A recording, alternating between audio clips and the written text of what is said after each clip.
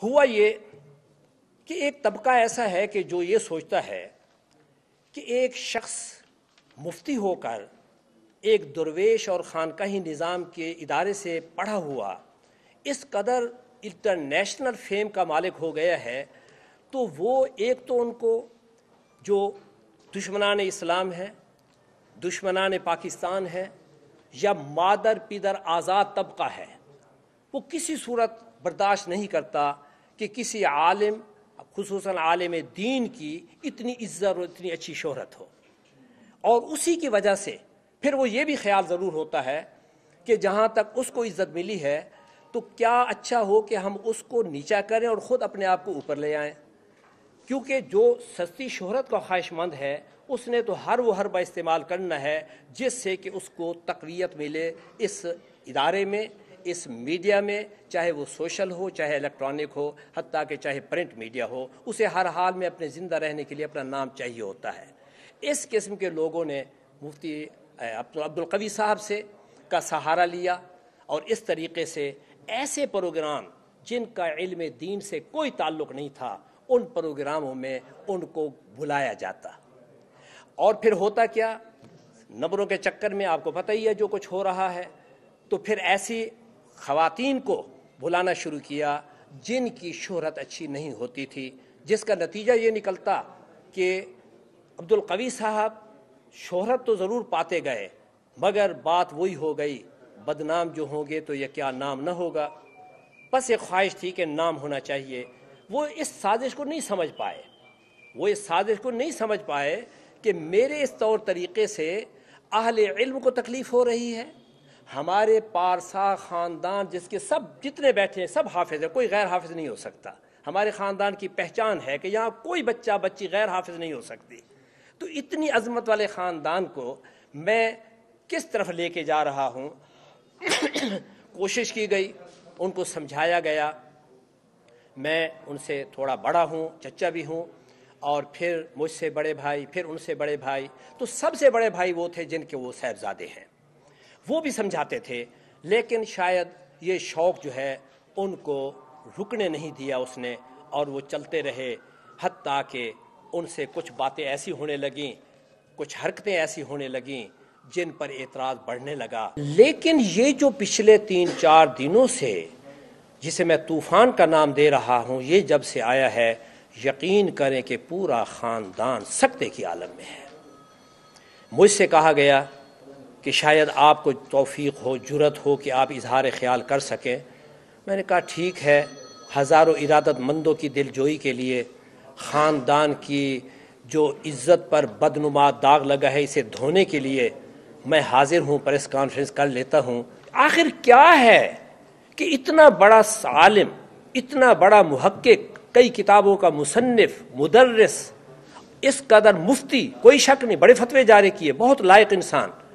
لیکن حالت یہ ہے کہ بجائے اس کے کہ اگر کوئی کوتاہی ہے، میں پہلے ابھی کچھ نہیں کہہ سکتا کیا ہے کیا نہیں ہے، اگر کچھ ہے تو کیا اس کا چھپانا اچھا ہے یا اس کا ظاہر کرنا اچھا ہے، اس کی تردید مناسب ہے یا اس کی تائید مناسب ہے، تو کیا اس کے لیے کچھ دیکھا جائے۔ چنانچہ ان کی دماغی حالت کا ماہر نفسیات کو دکھایا گیا، اور ان کی جو کیفیت میں وہ گھر میں آئے اس وقت جس طریقے سے سارے ماحول جو ہم دیکھ چکے تھے، ہم بہت پریشان تھے، جو ہی گھر میں آئے تو فیصلہ یہ ہوا کہ ان سے موبائل لے لیے جائیں، کہ ساری شرارت کی بنیاد یہی موبائل بن رہا ہے جس کی وجہ سے ان کا رابطہ باہر سے ہوتا ہے، اور باہر والے اپنے مطلب کے مطابق سازش کر کے ان کو بدنام کرنے کا پروگرام بناتے ہیں۔ چنانچہ وہ لے لیا گیا، اس وقت ان کے پاس موبائل نہیں ہے۔ میں اس لیے وضاحت کرنے حاضر ہوا ہوں تاکہ میڈیا کے حضرات یہ نہ سمجھیں کہ کیا ہے، کیا وہ بھاگ گئے، کیا کچھ ہے، ایسا نہیں ہے، وہ الحمدللہ ایک مقام پہ محفوظ جگہ پہ موجود ہیں، مگر چونکہ شر کا آغاز اس انداز سے ہوا تھا کہ ہم نے اس انداز کا جو پہلا پتہ تھا اس کو ہی کاٹ دیا ہے۔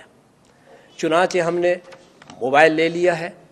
اس کے بعد مفتی کا اعزاز ان سے لے لیا ہے، انہیں ملنے جلنے کی کسی سے اجازت نہیں ہے، ان کا علاج نفسیات کا شروع کر دیا گیا ہے۔ میں آج ان کے بھانجے ڈاکٹر جو ان کے معالج خاص ہیں، ان کو صرف اسی لیے لایا ہوں کیونکہ میں ٹیکنیکل یا میڈیکل کا بندہ نہیں ہوں، تو اس کی وجہ سے میں ان کو بھی ساتھ لایا کہ آپ ذرا بہتر بتا سکتے ہیں کہ انہیں کیا الجھن ہے، کس وجہ سے وہ ایسی حالت میں ہو گئے ہیں کہ بجائے اس کے کہ کوئی بری بات کو وہ چھپائیں، بلکہ کئی بری باتیں جو سچ نہیں بھی ہیں، پتہ نہیں وہ کس شان اور کس ماحول اور کس انداز سے اس کو بڑھا چڑھا کے آگے خود بیان کر رہے ہیں۔ تو یہ صورتحال ناقابل برداشت ہے، لہٰذا آپ ان کا علاج کرائیں، ان کا علاج جاری ہے۔ اس ساری تمہید کا خلاصہ یہ ہے کہ عبدالقوی صاحب یقیناً کسی گھناؤنی سازش کا شکار ہیں۔ میں بالکل یہ نہیں کہنا چاہتا کہ وہ بے قصور ہیں،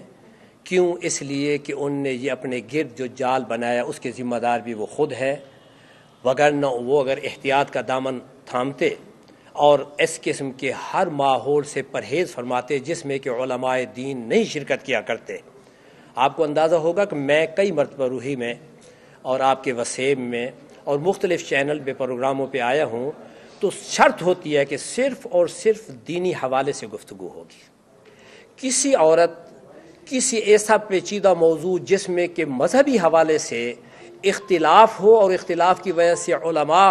اور صلحاء قسم کے لوگوں کو تکلیف ہو کہ یہ کیا فتویٰ آپ دے رہے ہیں، یہ کیا بات کر رہے ہیں، میرا اس موضوع سے کوئی تعلق نہیں، بند کر دوں۔ تو ان نے اس کی بات کا احتیاط نہیں کی، ایسی خواتین کے ساتھ آنا شروع کیا جن کے ساتھ ایک صاحب علم کو بیٹھتے ہوئے کوئی خصوصاً عزت محسوس نہیں ہوتی، لیکن ان نے پتہ نہیں کس خیال سے ان کے ساتھ نشست کی اور انتہائی غلیظ گفتگو اور انتہائی گھٹیا حرکات تک مسئلہ جب پہنچا تو اس پر پورا خاندان ان کو ملامت کر رہا ہے۔ پورے ارادت مند سخت پریشان ہیں، صبح سے شام تک فون آتے ہیں، جی کیا لگتے ہیں آپ کے، بھائی آپ کیسے نہیں جانتے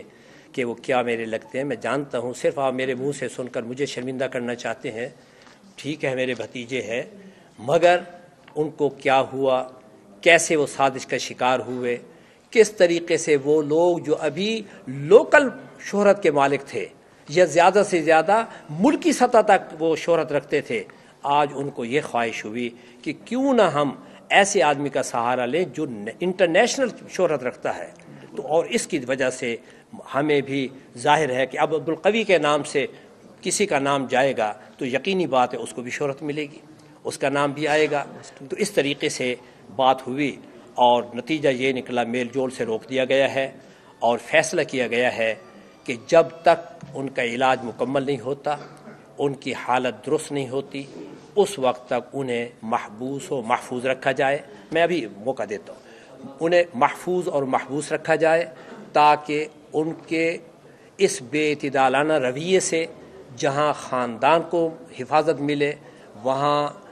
علم دین کے حوالے سے مفتیان کا جو نام بدنام ہو رہا ہے اس سے بھی بچاؤ حاصل ہو۔ چنانچہ آج الحمدللہ ہم اپنے اس پروگرام کے تحت آپ کے سامنے اظہار خیال کر رہے ہیں۔ امید ہے کہ ان خیالات کا آپ اظہار برملا کریں گے، جس کا فائدہ یہ ہوگا کہ جو خاندان کے علاوہ دین پہ حرف آ رہا ہے، اسلام پہ حرف آ رہا ہے کہ یہ ہے مفتی کا کردار یا یہ ہے وہ کچھ، تو اسے آپ لوگ سمجھا پائیں گے۔ اور میں اب مائک حوالے کرتا ہوں اپنے ڈاکٹر صاحب کے، جو ان کے حقیقی بھانجے ہیں اور کارڈیالوجسٹ ہیں، آپ کے ساتھ ہی ہے کارڈیالوجی کا، تو آپ وہاں جو ہے دیکھ سکتے ہیں کہ اللہ پاک نے ان کو کس قدر، کیونکہ یہ ان کے معالج ہیں اس وقت سے جب ان کو ہارٹ اٹیک ہوا تھا، آج سے 4 سال پہلے، پھر اس کے بعد پچھلے دنوں کرونا ہوا، اس کے حوالے سے بھی یہ ان کے معالج تھے، اب ماہر نفسیات بھی ان کے دوست ہیں، ان کے حوالے سے بھی ان کا علاج جاری ہے۔ تو لیجئے آپ ان کی طرف سے سنیے۔ بسم اللہ الرحمن الرحیم۔ جیسا کہ بات کی پروفیسر عبدالواحد ندیم صاحب نے، تو بات تو یہی ہے، ایز اے کارڈیالوجسٹ میں وہاں اسسٹنٹ پروفیسر ہوں کارڈیالوجی، پرویز الہی کارڈیالوجی میں، تو میں ان کا پرسنل ڈاکٹر بھی ہوں، ٹریٹ بھی کرتا ہوں ان کو۔ اب ان کی ایج تقریباً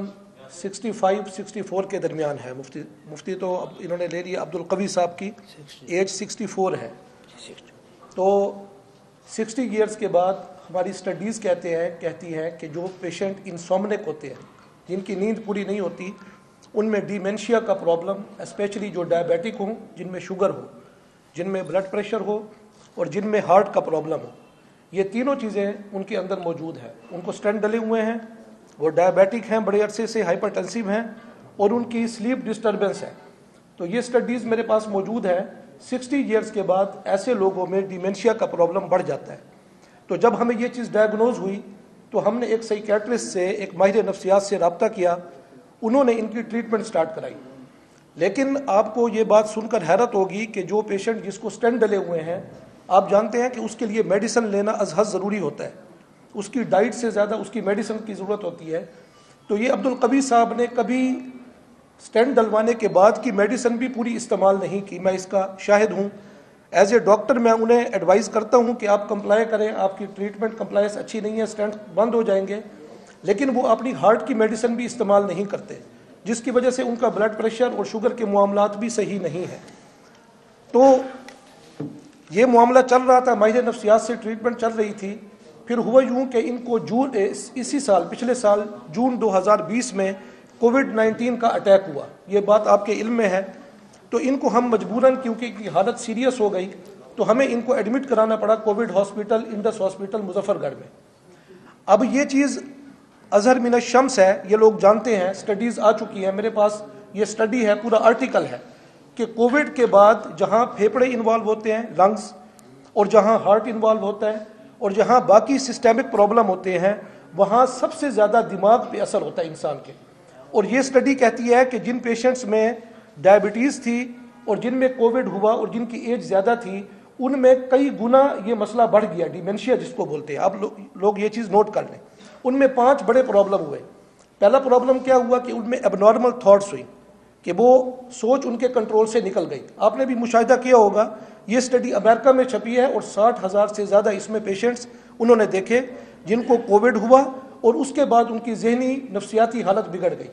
ہمارے ہاں چونکہ سٹڈیز اتنی نہیں ہے، اس لیے ہمیں ریفرنس کے طور پہ امریکن سٹڈی. اس کے بعد نمبر 1 اب نارمل تھاٹس، نمبر 2 کیا تھا، ان میں اب نارمل بیہیویئر تھا. اب نارمل بیہیویئر اس چیز کا نام ہے کہ انہیں پتہ نہیں کہ کس موقع پر کیا کرنا ہے، کیا چیز کس موقع پر کرنی ہے. آپ نے عبدالقوی صاحب کی ویڈیوز میں دیکھا